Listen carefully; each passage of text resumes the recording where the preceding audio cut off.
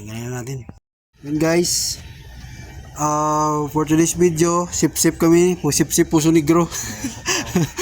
Sip-sip Puso Negro. Nagsisip-sip kami ng ng Toyota Hiace. So ano tong nangyari dito ay nalubog sa baha. Yun, si Paring Mark ang alalay ko. Assistant motor pool mechanic. Magaling sa troubleshoot. Alam agad. Trouble lang guys. shoot. Tingnan nyo guys, oh. Look at ilalim yung tubig. Tingnan nyo. Tubig. Namumuo yung dun. Yun o, namumuo. Yan. Nakita yung dyan namumuo. Kaya DIY tips kami. Ang ginamit namin na motor na yan, sa Suzuki yan. Yung mga luma. Fuel pump. Ginawa ko ulit para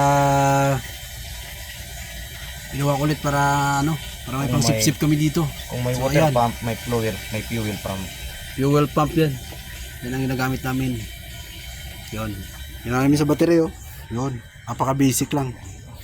Bago pa ng battery na to. So, i-charge ko na to bukas. So, medyo matagal. Mga dalawang galon na. Malakas pa agos. Malakas pa yung agos, pre. Full tank na. Oh. Sige pa. Yan pa. Wala, malakas pa? Nabulwak. Plati na eh. Yan. So, yung karami.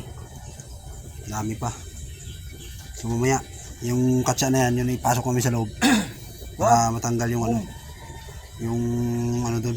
Dito sa foam na to. Yan mo yung timba dito ah. Para Hatiin mo didikit. yan? Para didikit dito yung tubig. Yan. Hatiin mo sa tatlo. Yun. Para piga-pigaan. So, guys.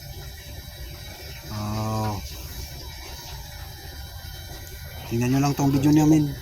At namin to. Share mo sa inyo. Kunti na lang. Okay.